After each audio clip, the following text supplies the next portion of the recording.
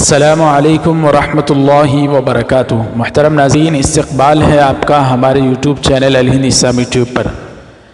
الحمدللہ دیوبند میں جو طلبہ اکرام لاک ڈاؤن کی وجہ سے چھٹیاں ہونے کے باوجود وہاں پر پھنسے ہوئے تھے اور اپنے مقام اور اپنے گھر کی طرف نہیں پہنچ سکے تھے، کئی دنوں سے مستقل بہت سارے علماء اکرام آندھرا پردیش اور تلنگانہ کے کوششوں میں لگے ہوئے تھے کہ ان طلبہ اکرام کو ان کے مقام تک آسانی سے پہنچا سکیں۔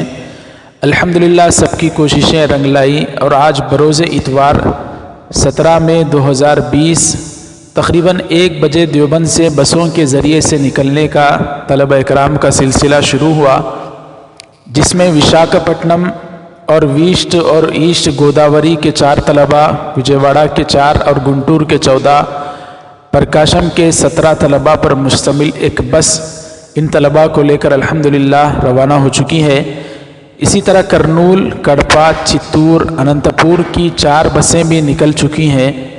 ایسے ہی تلنگانہ کے کل 8 بسیں اور تمل ناڈو کے 3 بسیں بھی نکلنے والی ہیں۔